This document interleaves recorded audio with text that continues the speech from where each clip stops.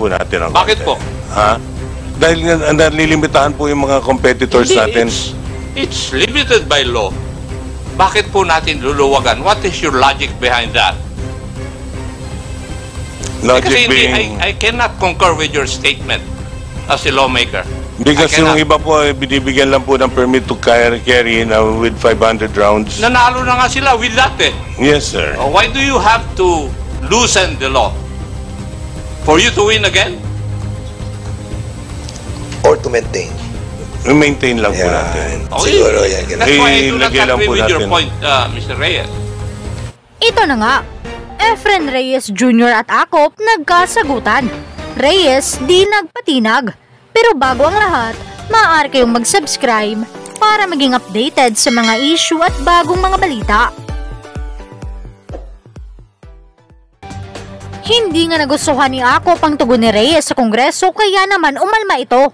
Akop, supal palang inabot matapos itong magmagaling na naman. Narito ang buong detalye. So, Mr. Efren Reyes, kasamahan ko sa pelikula. Ilan ba napatay mo sa pelikula using licensed ilang firearms? beses na akong pinatay.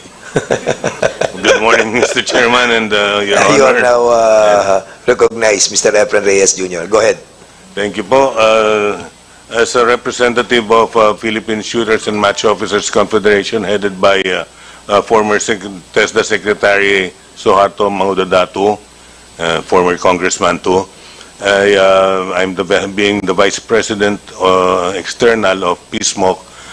The position right now is I agree with mostly of all their resentments and with regards to the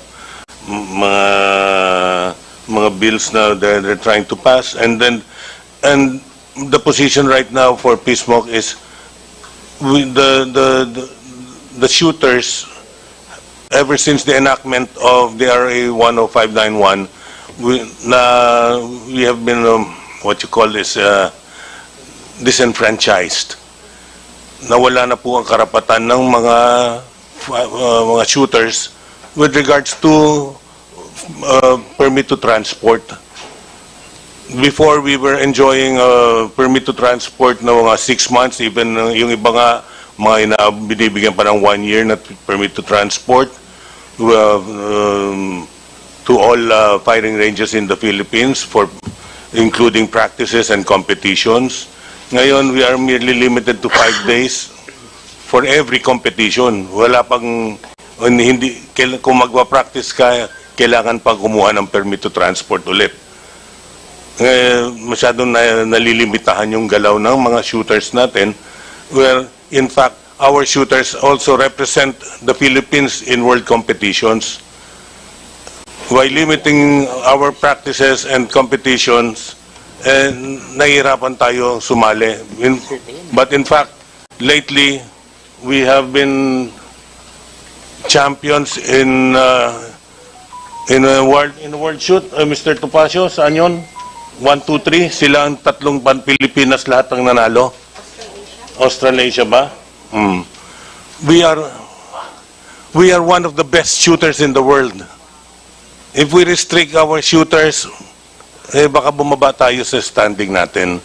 Yun lang po ang request ng PSMOC for this time.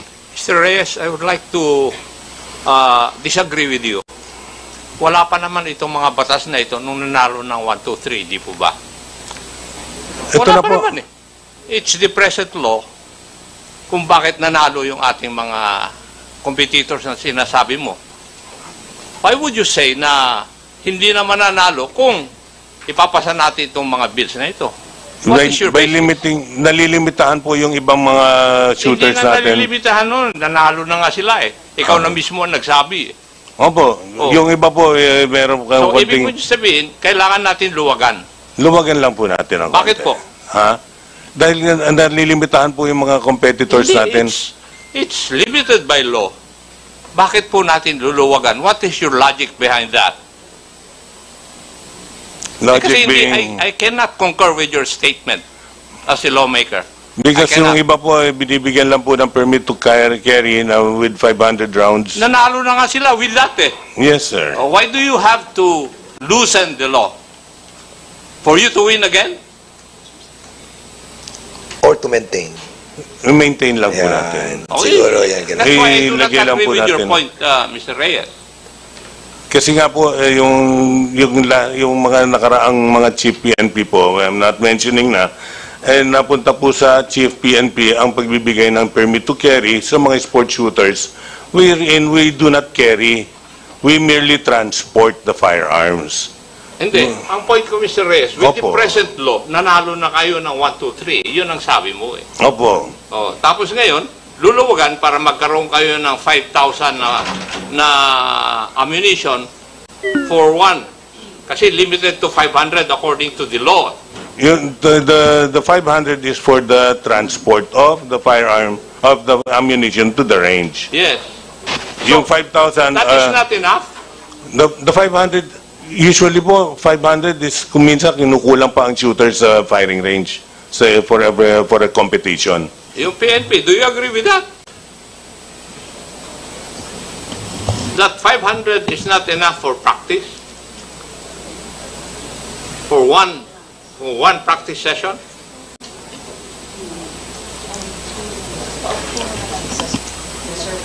They can replenish it. Under the law, they can replenish? Oh, what's the problem? Opo. Wala palang problema eh. So, ang sinasabi ni Chairman Acop ay we created champions, di ba? The best, no? Using the present law. And in this bill, increasing the amount of ammunition, no? Parang hindi natin nabibit yung purpose, di ba? Unless that we wanted to have more champions, no?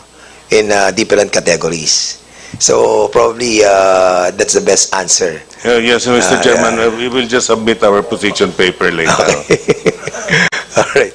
Kasi yun lang yung narrative po ni Chairman Acop that since we have already approved yung law and we created champions at mga magagaling sa buong mundo, palagay ko ay marami pa na maghahangad kung mas marami yung nagagamit nating mga ammunition during practices ng mga associations. Anyway, siguro, Chairman Acop, we will be discussing that thoroughly on the technical working group. Talagang medyo masalimuot tong isyung to. So, we will be proceeding to the next,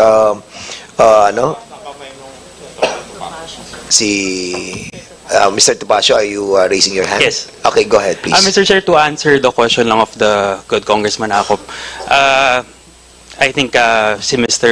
Reyes, hindi niya masyado explain.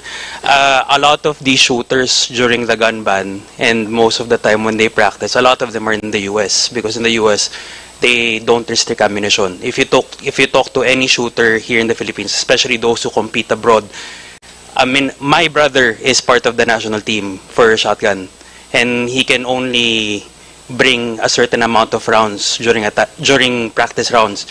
The minimum amount of ammunition, if you want to train competitively, if you want to go to the World Cup, if you want to join the Olympics or the SEA Games, is at least 1,000 to 1,500 rounds a day. And we are only being allowed, I believe, if you're a sport shooter, 500. And during that time, Mr. Chair, even if you replenish, it takes probably a week at most to get a permit to transport. Whereas if you're a competitive shooter and you're representing the Philippines, you would need to practice almost every day if possible. So I think that is the reason why these proposed amendments are being kaya siya linalatag po sa inyo, Mr. Chair. It's not only to allow yung amount of ammunition to be owned, but also most of the reason is because sport shooters really need to practice with a lot of ammunition. And bear in mind po, Mr. Chair, with the increase of ammunition na pinopropose po dito sa House Bill, from what we understand, this does not only include the civilians. Because as gun stores po, whenever we sell ammunition, even to law enforcement, may it be the PNP, NBI, PDEA, AFP, when they buy ammunition in their personal capacity, we can only sell them 50 rounds. Okay. That's understandable. Now, Chair, Mr. medyo, Chair. before, sige, Congressman Acop din, Congressman Plato. Kasi yun lang ang provided for by law, and you have to abide by that. Di ba? That is what the law says. Otherwise, criminal cases will be filed against you Yes. if you violate that. Yes. That's why we support the amendment nga po, Mr. Congressman. Thank you po. Alright, so we will be, medyo umiinit na ang ating discussion, and that's the reason why we need to create a technical working group on this matter. Kasi Mr. Chair. medyo contentious yan. Pero because we have an existing law and we have to follow it, and that's the reason why meron tayong amendments na gagawin natin. But, of course, it Mr. will be also debatable on the technical working group. Congressman Plato, go ahead. Mr. Chair, thank you, Mr. Chair. Ito lang question ko, I would like to direct, Mr. Chair, sa mga gun owners, itong mga gun clubs. Mr. Chair, yung bang, Mr. Reyes, meron ba kayong mga, tuloy ba, yung mga continuing seminar tungkol dito sa mga, kasi nangyayari dito sa umpisa lang ang seminar. May lisensya 5 or 10 years ang license ngayon, dapat siguro may continuing para sa mga storage practices, yung mga tungkol sa updated laws and regulations, at saka yung mga conflict resolution techniques and responsible handling of firearms in various situations. Meron ba tayong ginagawang seminar o doon lang sa umpisa? Sa umpisa lang ba? Meron naman po mga gun ownership na na mga nagpapa-seminar. Sino ba yung mga nagpapa-seminar sa responsible gun ownership? Merong isang group na kina 5-0 ba? Yeah, unfortunately, 5-0 is not here to what do they call the group?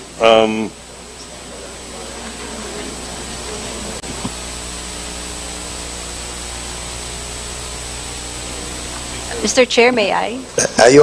Ma'am, you are now recognized, please. Sir, before one can get a license to own and possess firearm, they have to go through a gun safety seminar. Yeah, of course. However, along the way, many of the firearm dealers and those also who conduct shooting ranges have classes very often, which the enthusiasts are free to join, whether they want to learn more about how to properly shoot or more also on proper maintenance and law, following the law regarding the firearms and ammunition that they have. Okay, thank you, Mr. Chair. Okay, salamat po. So we'll be proceeding to the next resource person from Mr. Charles Khalid S. Rico. Nandito po siya? Okay, sir, you are now recognized. Thank you, Honorable Chairperson, for having us. My name is Charles Khalid Rico, and I represent the online community of Philippine Ricochet Line. This is a YouTube and Facebook community that talks about Philippine gun laws and gun ownership in general.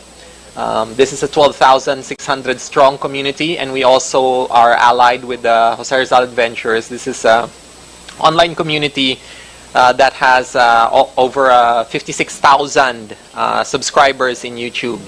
So first off, I would like to express my gratitude for having us here. And just as a high-level overview of our stance on the House bills, first off, we are very thankful that we are having this discussion on amendments for RA 10591. I think this is very important to helping us all come to an agreement on how we can improve things so that we can make things better for law-abiding gun owners. So, first off, I would like to note that there are 3 Senate bills. Just as a high-level feedback on what we have so far. For House Bill 00893, and this is the House bill that that requests, for example, amendments be made to increase the penalties on notification of lost firearms and on notification of address changes. We would like to express our reservations and even opposition to this, and we believe that we want to incentivize reporting of lost firearms and not to penalize it. So if we are to make sure that people report their lost firearms or change in addresses. We want to make it easy for them to report these things and not to punish them for it. This is very important because a lot of fellow Filipinos here, us here in Metro Manila, it's easy to do these reports. But if you're in the provinces, it's very hard. And for OFWs especially, this is also very difficult. So we would like to request that that we do not have these changes, because one thing that we also like to point out is that 100,000 is very excessive. Some firearms only cost 10,000, and then you're penalizing them 100,000 for its loss. So I think that's very unfair. So for the next one, we have House Bill 9718, which in summary limits the ownership of Type 5 licensed gun owners to just 20 firearms, and everything else is to be surrendered to the PNP-FEO. We would also like to express our reservations, even opposition to this bill, to this House bill, because with all due respect to this proposal by Brother Eddie Villanueva, this is practically legalized confiscation of hard-earned property. This is, well, pardon the term, legalized theft, and would be very unfair to people who own more than 20 firearms for you to just simply surrender it to authorities without any compensation whatsoever. I think that if we are to ever require something like that, there should be compensation at the very least, but even so, if that is the case, where are we going to get the budget for it? I would rather have that budget be spent on infrastructure and healthcare and education rather than on buying properties in excess of 20 firearms. You know, firearms owned by people who own more than 20 firearms. So I think this is unfair to those to Type 5 license owners. Another thing is that we would like to express our opposition as well to the requirement that we only limit firearms ownership to 50 rounds. This is also unfair to a lot of people who live in the provinces, because they have to travel very far just to get 50 rounds. And you're going to go through those 50 rounds in a day, especially if nakatira ka, for example, sa Batanes, ano? If you live in the faraway islands, you're going to spend a lot of time and money just getting 50 rounds, and then you're going to spend that very quickly, and you have to come back again and have to get the requisite paperwork for that, which is the PTTFA for each purchase of firearm, which is a big hassle to gun owners. Finally, for House Bill 11141 by Honorable Representative Dan Fernandez, we would like to express our full support to every part of this. This is very helpful to gun owners. And we have already submitted our 3 position papers on each House bill, and we will be more than happy to discuss this in detail in future hearings. So for that, I would like to thank you, Honorable Dan Fernandez, for this House bill. It's very helpful. Okay, thank you so much, So there you Mr. Rico. You have submitted to us your position paper. Okay, so we'll be distributing that to the members of this committee, and especially to the members of the technical working group that will be created in a while. So, Mr. Paul Ong Teves, ng Pistolerong Pinoy, you are recognized. Magandang umaga po, Mr. Chair, Honorable Congressmen, mga panauhin at mga resource persons. Una, nagpapasalamat po kami sa pagkakataon na ibinigay niyo po sa amin na nasa gun community na mapakinggan po ang boses ng mga responsible gun owners. Ako po si Mr. Paul Teves, mas kilala po sa online o social media, Pistolerong Pinoy. In behalf of the responsible gun owners or the gun community, nais po namin iparating sa kinauukulan ang mga sumusunod. Actually, marami po yung mga proposals na ito eh. Kung i-gather ko po yun, kulang po yung page ng aking ano. So ilan lang po ito sa mga proposals na gusto ko iparating ngayon. Yung iba kasi sinabit ko na po sa aking position paper. Ito lang po yung mga example po ng mga naisip parating ng gun community. Una po, yung validity po ng permit to carry firearm outside the residence o yung PTC FOR. Sa kasalukuyan po kasi nasa 2 taon lang po tayo, 2 years ano po. Ang gusto po namin o proposal po namin, gawin man lang po ito na 5 years. 5 years po, pero sana hindi po yung excess yung fee. Kasi ang nangyari po sa fee natin yung unang taon po, yung dati ang PTC FOR po ay 1 taon nasa 6,200.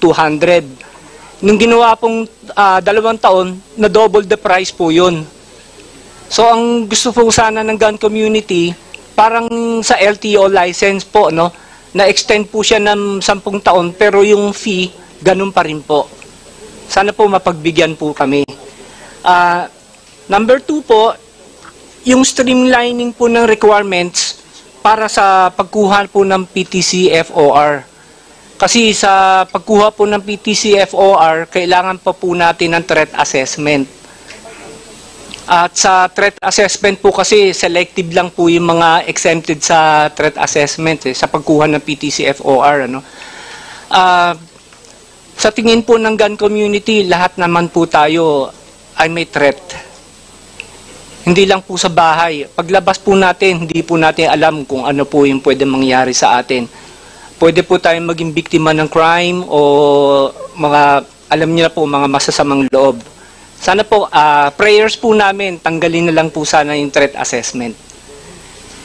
And ito, last na po ito. Yung issuance po ng permit to transport ng 5.56 rifles o 7.62. Sa ngayon po kasi ang nai-issuehan lang ng permit to transport ay mga pistols, revolvers.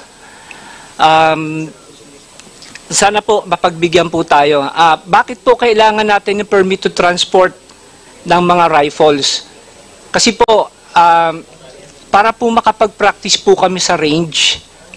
And hindi po natin masasabi, wag naman po sana mangyari, no?